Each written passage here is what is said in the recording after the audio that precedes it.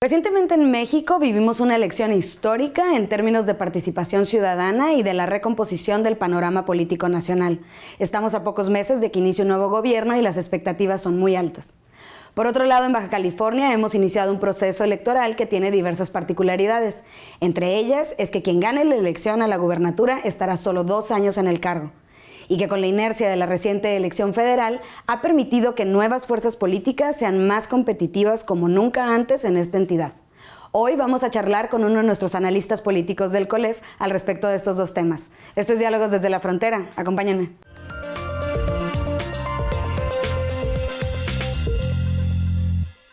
Bienvenidos a Diálogos desde la Frontera. El día de hoy nos acompaña el doctor Víctor Espinosa Valle. Él es director del Departamento de Estudios de Administración Pública del COLEF aquí en la sede de Tijuana y además es un reconocido analista político en nuestra región. Bienvenido, doctor. Muchas gracias por acompañarnos nuevamente. Hola, Flor. Muy buenas tardes. Y bueno, no habíamos tenido oportunidad de platicar desde antes de la elección federal con usted.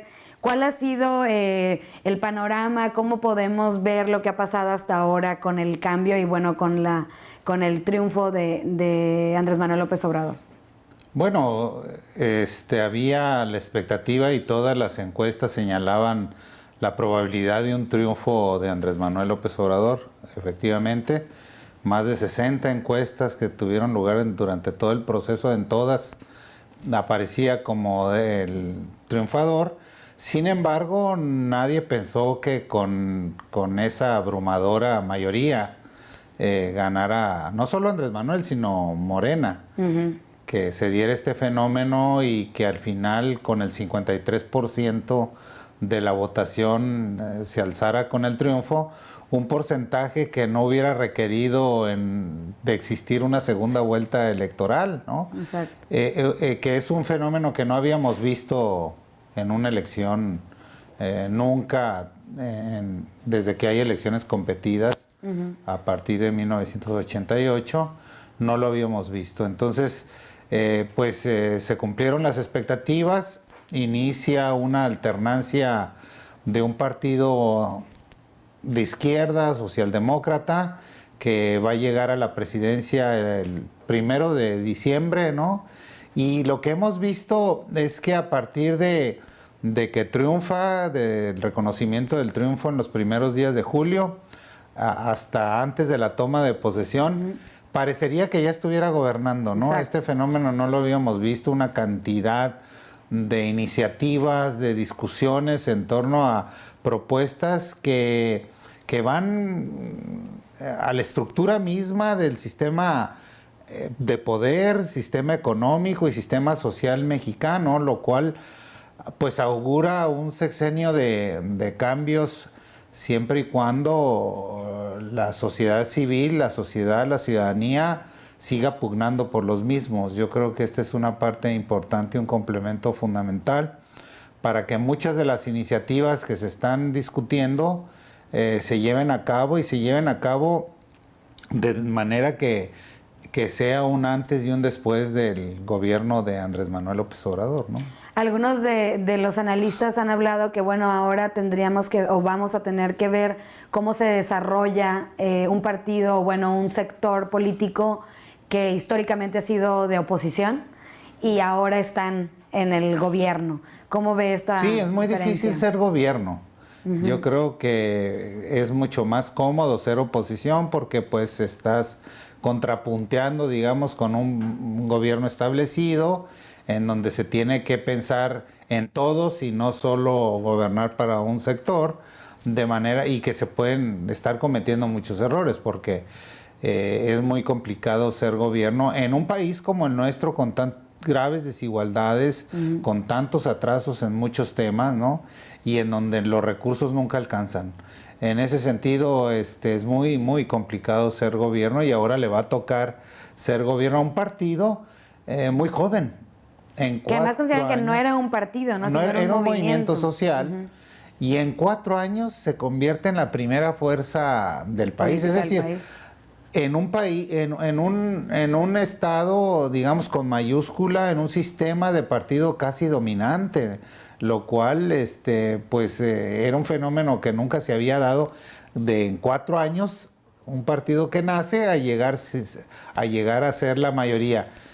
Dominar así la presidencia de la República con 53%, pero ser mayoría absoluta en ambas cámaras y en la mayoría de los congresos locales. Entonces, realmente el triunfo nadie se lo esperaba así tan apabullante y eso es lo que hace un cambio de gran trascendencia. Por otro lado, también está el tema de los otros partidos, ¿no? ¿Cómo se quedan totalmente desarticulados o considera que habrá una regeneración también de esas plataformas políticas? Hay una necesidad de una reestructuración, de un cambio en el sistema de partidos.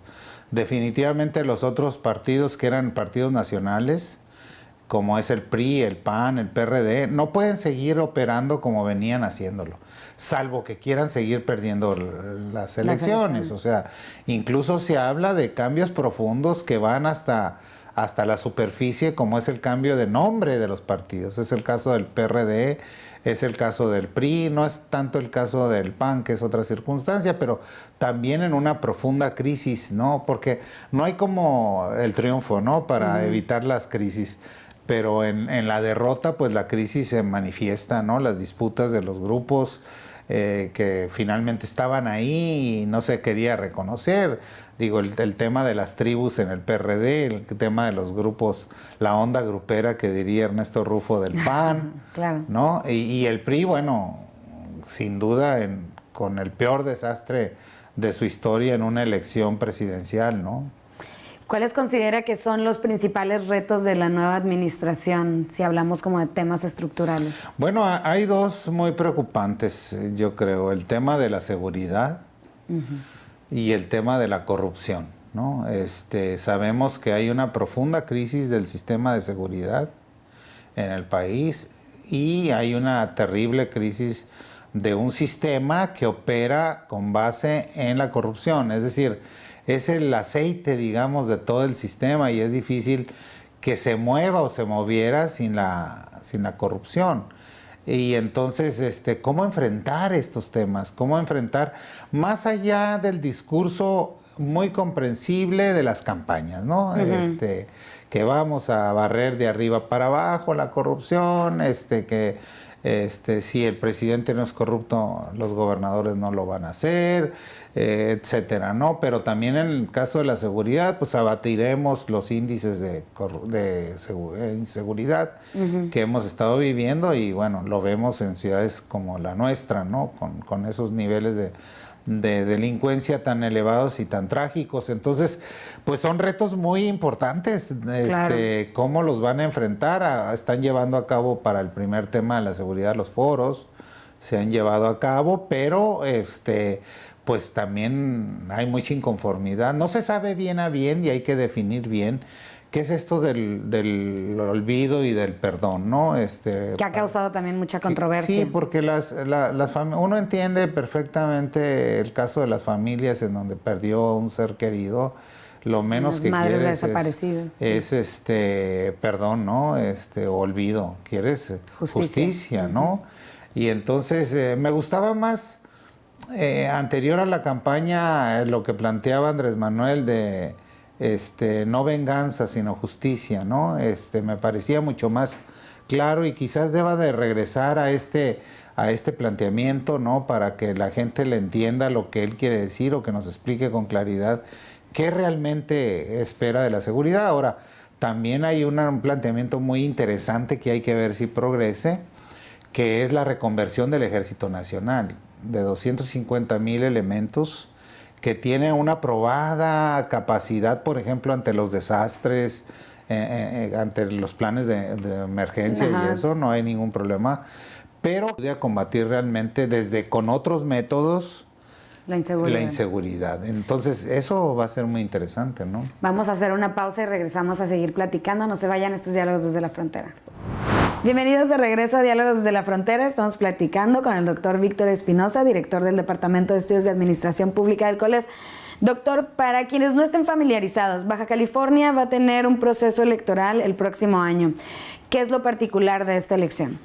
Bueno, varias cosas. Efectivamente, el pasado 9 de septiembre ya arrancó el proceso electoral, no solo en Baja California, sino en 5 entidades Pero la particularidad del proceso local de Baja California es que se elige gobernador y en el resto de las otras cuatro entidades solo o alcaldes o diputados. Entonces, evidentemente una elección de gobernador pues jala mucho la atención, ¿no? La gente está más, y los medios y todo el mundo está más interesado en el proceso local. El último que tuvimos, como sabemos, fue en 2013 y una de sus peculiaridades es que fue la elección más competida de la historia. Fue la ciudad de Tijuana la que determinó el triunfo del actual gobernador Francisco Quico Vega. La diferencia entre el candidato del PRI y el candidato a gobernador del PAN fue lo que hizo triunfador a Quico Vega. Bueno, pero en esta ocasión una de las particularidades, como me preguntabas, es que va a ser un gobernador de 2 años. Exacto. Así como alcaldes de 2 años. ¿Por qué? Porque la pretensión es que en el 2021, en 2 años, haya de nuevo elecciones y ya se empate la elección otra vez de gobernador con la intermedia federal, que es solo de diputados, nada más. Ajá. Y en el 2024, la intermedia local de diputados y alcaldes coincida con la nueva presidencial. Y esto se hace así, ¿por qué? ¿Por qué no se hacen coincidir intermedias con intermedias o de presidente y gobernador? Porque tanto la de gobernador como la del presidente son las que motivan más la participación. Y con el empate lo que se busca es que haya más participación ciudadana. Entonces, había voces todavía en los últimos días que decían, no, que sea por 5 años para empatar con la pero no conviene una elección de gobernador con una elección presidencial. Ahí, porque luego vendría una intermedia local con una intermedia federal, pues nadie va a ir a votar o bajaría mucho la participación. De manera que lo que dice la teoría es que hay que empatar elecciones principales con intermedias, etcétera. Entonces, va a ser una elección, un gobernador y unos alcaldes y unos diputados por 2 años. Pues casi interinos, ¿no? Casi interinos con la posibilidad de reelegirse. Tanto los diputados como los alcaldes, no así el gobernador, no hay reelección de gobernador. De manera que el que acepte ser gobernador por 2 años, bueno, es todo lo que va a ser de gobernador. Pero aún así, lo interesante es que hay muchos que han levantado la mano. Uno pensaría que no quisieran ser candidatos solo por 2 años. Pero entonces esta es una peculiaridad. Otra particularidad del proceso es que arrancamos el proceso electoral con 4 de 7 consejeros en el Instituto Electoral Local. Esto porque concluyeron 3 y la renovación es hasta noviembre. Entonces, por primera vez arrancamos un proceso con que no es ilegal, pero llama la atención que no esté completo el Consejo Estatal. ¿Y esto qué implicaciones tiene? No, yo creo que van a ser 2 meses únicamente. Es el arranque, no tendrá problemas, porque quien realmente hace el trabajo pues son los consejos distritales. Y ahora se añade desde el proceso electoral pasado de 2016 local que el INE organiza toda la elección, no el Instituto Estatal Electoral. ¿Eso le da de alguna manera más legitimidad? Eso es lo que se pretende, ¿no? Okay. Como sabemos, el INE tiene una gran experiencia en organización electoral, ¿no? Tiene un sistema profesional, que es la columna vertebral de toda organización electoral, y entonces ellos el INE va a realizar toda la organización electoral, aunque sea elección local, ¿no? Y la otra particularidad es que los actuales alcaldes o diputados también se pueden reelegir. O sea, pueden competir para reelegirse. Veremos si alguien levanta la mano y dice yo quiero volver a competir y ver si puede ganar, lo cual es complicadísimo porque pues ya va a haber una evaluación ciudadana acerca de la gestión, lo cual no es fácil, ¿no? Ahora, ¿cree que esto precisamente sí logre el cometido de incentivar la participación ciudadana? Porque lo hemos visto durante muchos años que Baja California tiene altos índices de abstencionismo. en la elección federal hubo muchísima gente que salió a votar, o sea, sí hubo ese incentivo, pero ¿será lo mismo en las elecciones No creo, yo creo que no hay que estatales? generarse esa expectativa porque la elección presidencial sí jala mucho el interés y hoy como nunca lo vimos, hubo una afluencia muy importante en las urnas en Baja California. No fuimos de los estados más participativos, también hay que decirlo, ¿no? Normalmente, para nuestra desgracia, cuando sube la participación en Baja California, pero también sube en el resto del país y entonces quedamos siempre abajo. La preocupación principal, de todos modos, porque más o menos sube 20% cuando es presidencial, es las elecciones locales, en donde andamos en el 31%, ¿no? Que es muy, muy baja la participación. Se supone que para eso se van a empatar los procesos electorales en el futuro, para lograr, pero todavía en esta elección no van a estar empatados los procesos electorales. Está la cresta y la ola de lo que aconteció. Yo creo que todavía va a impactar definitivamente, no solo en términos de los resultados electorales, sino también en términos de la participación electoral. Definitivamente va a impactar, pero ¿cuánto? No sabemos. Yo me daría por muy bien servido si llegáramos al 40, 45%, porque romperíamos una inercia que traemos desde el 95. Desde el 95 andamos en promedios de 30%, 32, 33%. Ya son muchas elecciones locales, ¿no? Entonces, si logramos subir al 40, 45%, habremos avanzado bastante. Sería fabuloso y sin duda pues será también a partir de la gran expectativa que causa una alternancia. Normalmente cuando hay alternancia se renueva como la expectativa se revaloriza el sentido del voto, ¿no? La gente dice, caray, sí se puede cambiar mediante mi voto, sí tiene algún sentido, pero cuando no, pues empieza a hacer una inercia. También.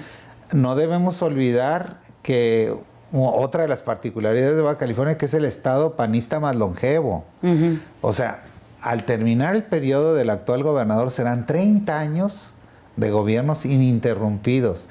En ninguna otra parte ha sucedido esto, ¿no? Y menos desde la alternancia a nivel federal en 2000, que empiezan muchas de las alternancias en el mismo poder federal, ¿no? Claro. Gobernó 12 años el PAN y luego vino el PRI y ahora viene Morena. Pero en Baja California no nos ha hecho nada. Nada, pero bueno, ahorita federales. Que regresemos, quiero que hablemos precisamente del mapa político local y estatal. No se vayan, regresamos a Diálogos desde la Frontera. Bienvenidos de regreso a Diálogos desde la Frontera, doctor. El panorama local y estatal. Por un lado, lo que nos mencionaba, que son 30 años de gobiernos panistas ininterrumpidos aquí en el estado.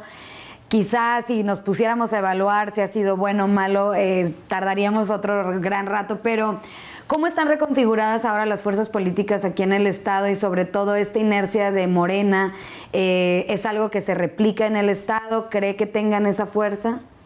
Sí, bueno, fue un tsunami que arrasó a todo el país, ¿no? El fenómeno, porque Baja California no fue la excepción. O sea, aquí ganó por amplio margen Andrés Manuel López Obrador en un estado, como les digo, panista, ¿no? De 3 décadas, pero también los 8 distritos los ganó Morena y las 2 senadurías de mayoría, de manera que ganó todo en el estado. Ese fenómeno no lo veíamos, a lo mejor en 2010, cuando el PRI recobró y ganó las diputaciones locales, ¿no?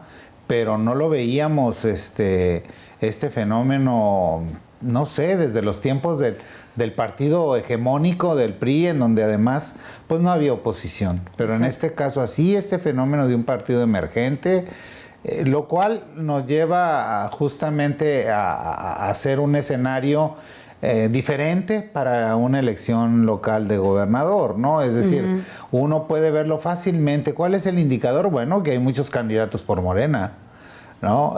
Poco sabemos de los candidatos, los que quieren ser candidatos del PRI o del PAN o del PRD, ni se diga, que fue el gran perdedor de las fuerzas que se aliaron, ¿no? A nivel federal y local.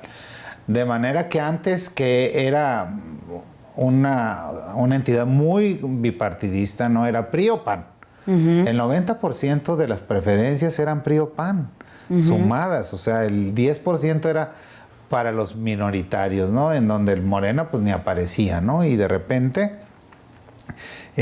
ahora es un estado con un solo color, al menos ahorita que esté este proceso. Yo creo que en el futuro depende de cómo se reconviertan los partidos. Yo no creo que desaparezca el PAN, por ejemplo, ni que desaparezca el PRI.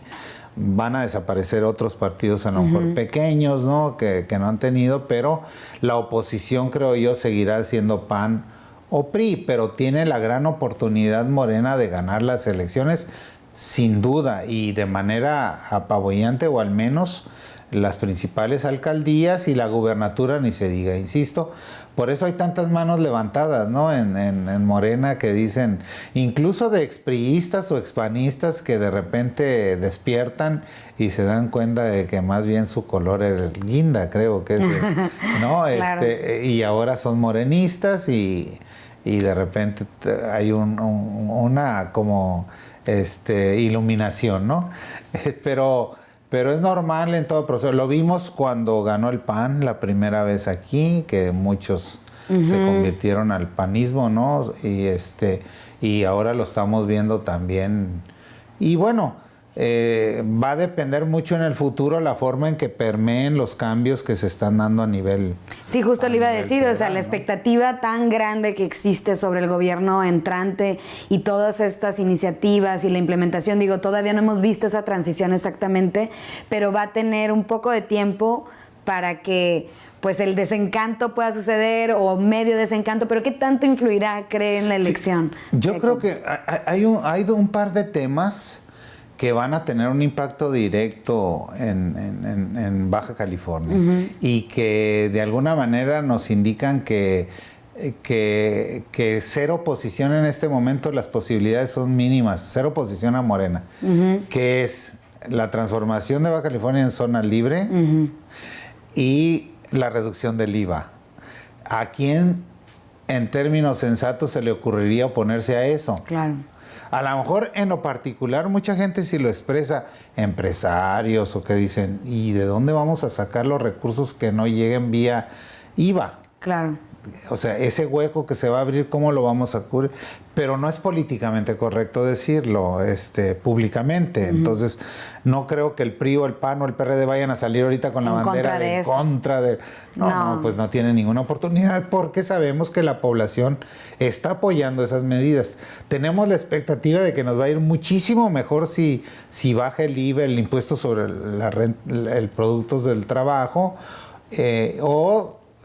nos convertimos de nuevo en zona libre. Entonces hay una gran expectativa, como tú dices, y hay otras expectativas mayores que tienen que ver con el cambio nacional, y que también juegan como presión para el gobierno de Andrés Manuel López Obrador. Ayer me preguntaban, por ejemplo, ¿cuánto tiempo le da de gracia? ¿No? ¿Un año? Pues un año, le digo yo. Un año es bastante como para que empiecen a sentirse los cambios. ¿Qué va a pasar con la gasolina? ¿Qué va a pasar con el gas? Con el tema de la inseguridad, con otros grandes temas que le pegan a todo el país, ¿no? Exacto. Ahora, el sistema federal, que es otro de los temas pendientes que tenemos que discutir, el federalismo, ¿no?